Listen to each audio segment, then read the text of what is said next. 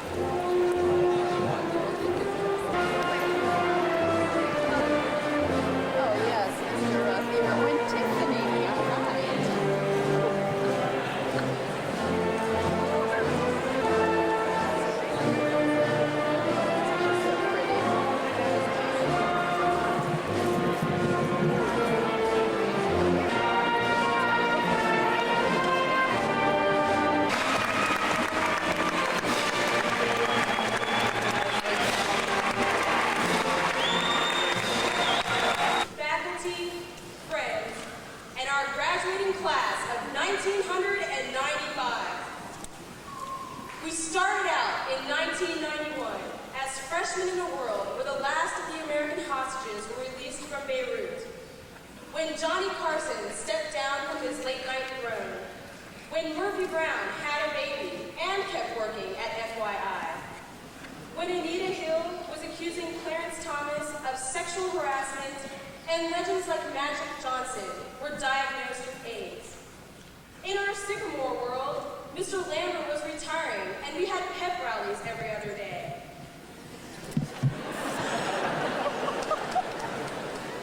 Our sophomore year, we learned how to drive on 4-lane highways. We still had school spirit, a new principal, and terrible exam schedules. We also had wars erupting throughout the world. A presidential election and protecting the environment became a trend.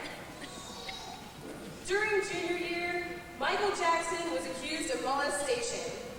The king of Watergate, Mr. Richard Nixon, passed away. Zemo became the new alcoholic beverage of choice, and the tragic death of who has been considered by some the spokesperson for our generation, Kurt Cobain. At school, we were dealing with our first attempt at writing portfolios for literature, sneaking in from going out to lunch, and some of us found salvation by hanging out under the golden arches at Duffy Square. The beginning of our senior year started off with a spin-off from 1969's Rock and Roll Convention with our own Woodstock. Then the Whitewater scandal with the Clintons. Republicans took over Congress, and the ongoing saga of the OJ trial. Our senior year was filled with hopes and anxieties for our futures, talking incessantly with our counselors, filling out applications, taking standardized tests, and going on what seemed to be 100 college visits. We also, by this point, were learning to be effective advocates for the society in which we are caught up. At school, it started with our vote to get numbered parking spaces, winning places in a national merit, and our success in dealing with never winning the spirit stick all 4 years of high school. Together, we mourned and supported the death of one of our peers, and then again, after the death of one of our most beloved teachers. Together, we witnessed the Vast Deferens craze, the band Vast Deferens, that is, Sycapalooza cancellations, and the country cruisers. Now finally, with all of this behind us, we are here, sitting here together, side by side, as we have been many times before during our high school careers. We have been through ups and downs enclosed through the walls of our high school. We have experienced, grown, and learned together. Now again, we are going to be moving forward in our lives, together. The Sycamore High School class of 1995 is graduating today with memories and friendships that will last forever in our hearts, no matter which direction, near or far, we choose to go in. Welcome, class of 1995. Welcome to a time when proving ourselves to ourselves will mean more to us. A time when we can expand our horizons for us to reach our dreams. Welcome to a time when we can develop the future by our own hands. The time is ours to make our dreams come true, to wish upon that star, or watch it burn slowly in our hands. It is our time, class of 1995, as it says on the little pea-pod-shaped magnet in Mrs. Martin's den. To live well, laugh often, and love much. Welcome, Sycamore High School's graduating class of 1995.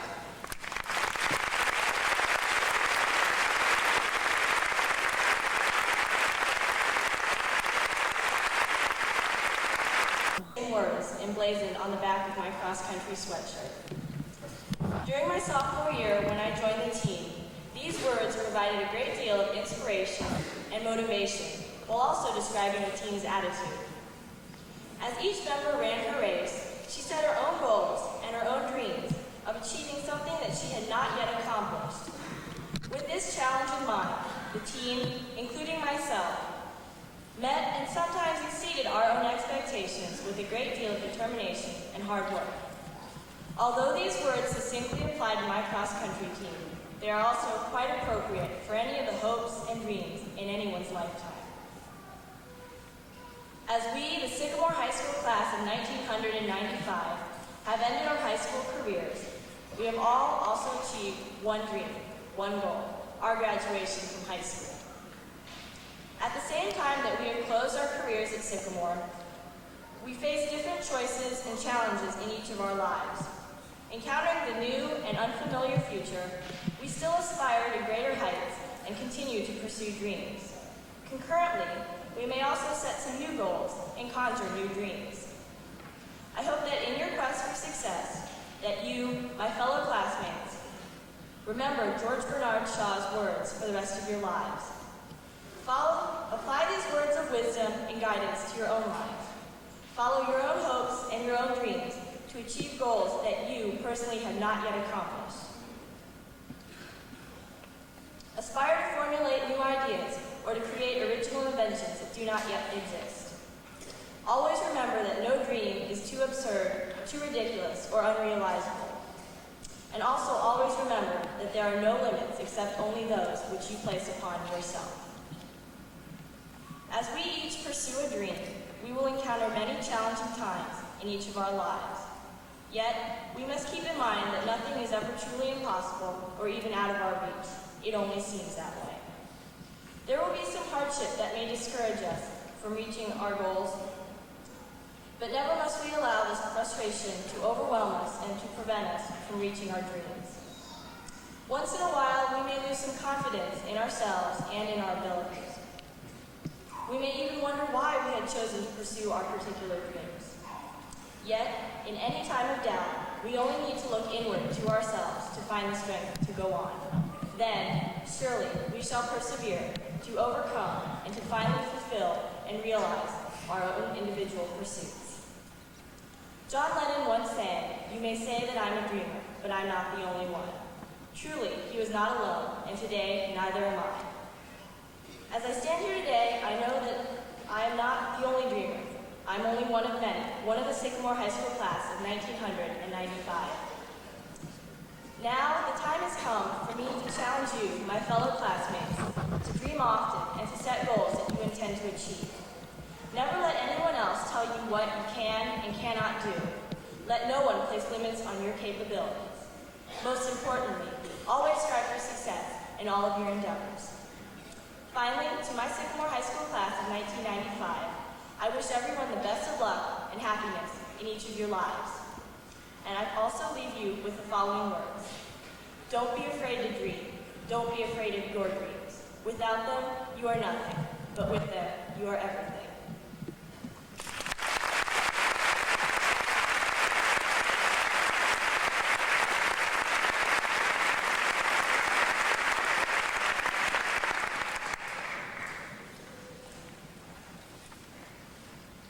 Grow up.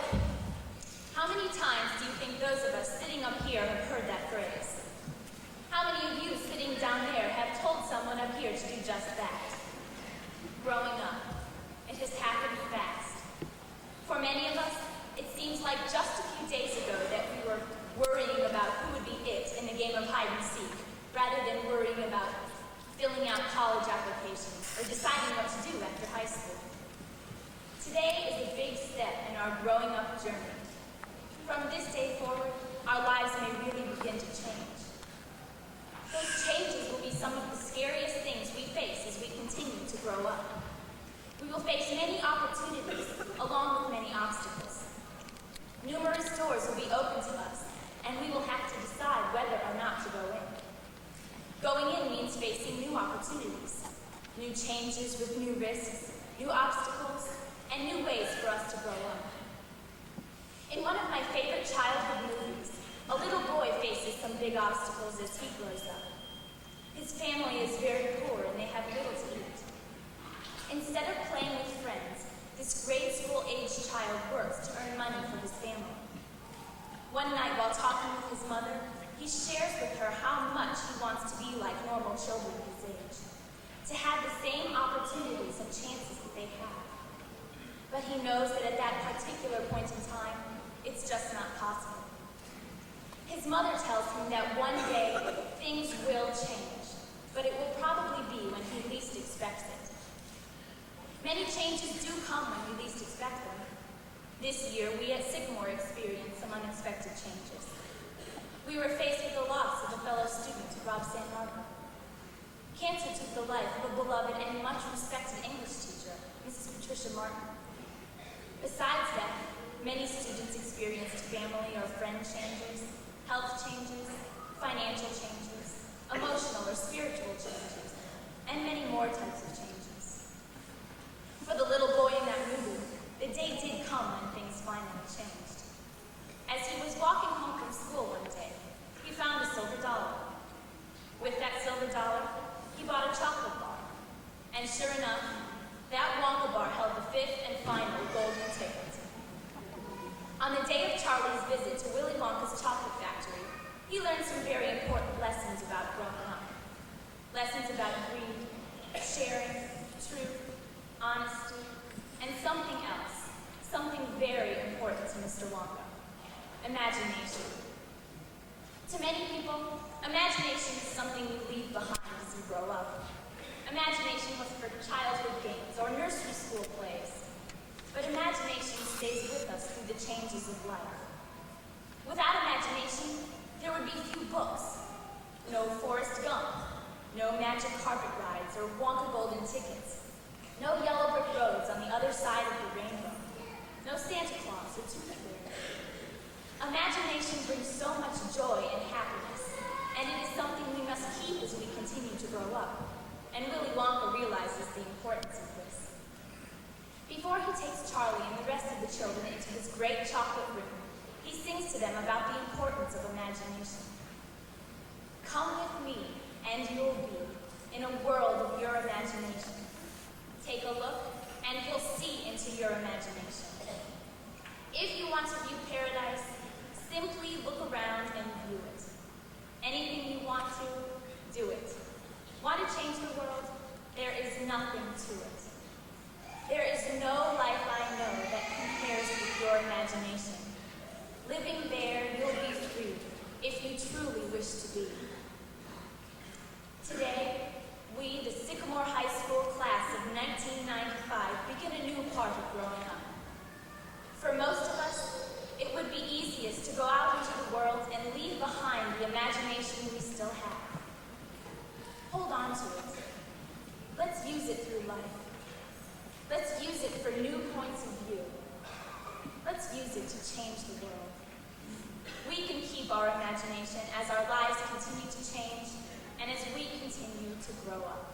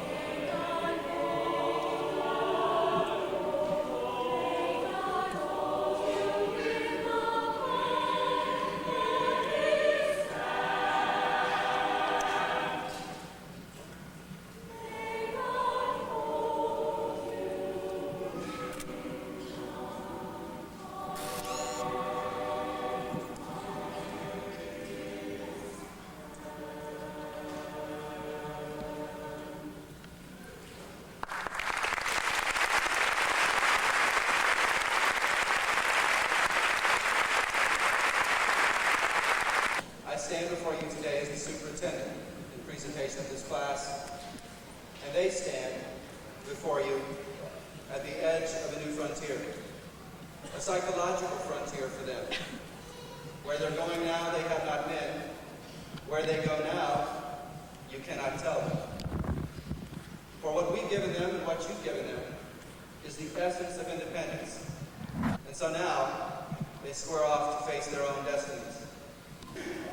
Tamara Elizabeth Benton. Catherine Ann Trickey. Joshua Edward Francis Albertson. Christopher Joseph Toledo. Aaron Maureen Brannigan. Rachel Anuta Hoffman. Frank John Lichtenberger III. Charles John Richard Janigan. Wendy Ann Moss. Christina Ann Thompson. April Francis Patterson. Nicholas Anthony Langfeld. Creedy Rauch. Sarah Elizabeth Whitey. Jared Ryan Butts. Dorinda Joyce Peters. Jeffrey Stephen Rendell. Lindsay Skaggs Hanna. Lauren Diane Casper. Robin Ann Hawley. Mary Catherine Joyce Park. Whitney K. Eversole. Barack Shimai. Laura Regina Vetter. Alexandra Deal. Robin Janelle Temming.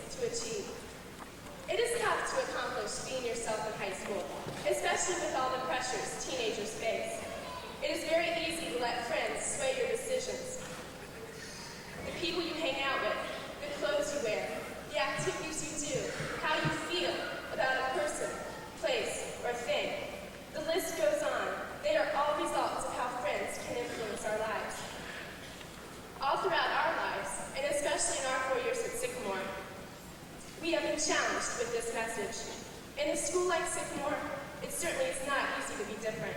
It seems like people are so worried about what others think that they may restrict some of their actions, their feelings, and consequently, their personality. The most ironic thing in the whole situation is that 10 to 1, people are so worried about themselves, they don't have the time nor the interest to worry about others. We are at a point in our lives, the threshold of the future. It is up to us to decide how we want to live, to be, to act. We have to ask ourselves, am I content with who I am? Or am I more concerned with being what others perceive me to be? The decision is up to us. I have found that the Arby's ads which claim different is good is correct. Different is not always popular. Different is scary. Different can even be lonely, but different is good. In giving advice to his daughter, Alan Alda once said, "Be brave enough to live life creatively. The creative is a place where no one else has ever been. You have to leave the city of your comfort and go into the wilderness of your intuition. You can't get there by bus, only by hard work and risk and not quite knowing what you're doing. What you'll discover will be wonderful. What you'll discover will be yourself." It is now time for us to leave our city of comfort at Sycamore and journey into the wilderness of our intuition wherever it may lie. Each one of us was made uniquely and distinctly for a reason. I challenge each and every one of you to live life creatively to always be yourself. On behalf of the class of 1995, I accept these diplomas as reminders of who we have been and in hopes of what we can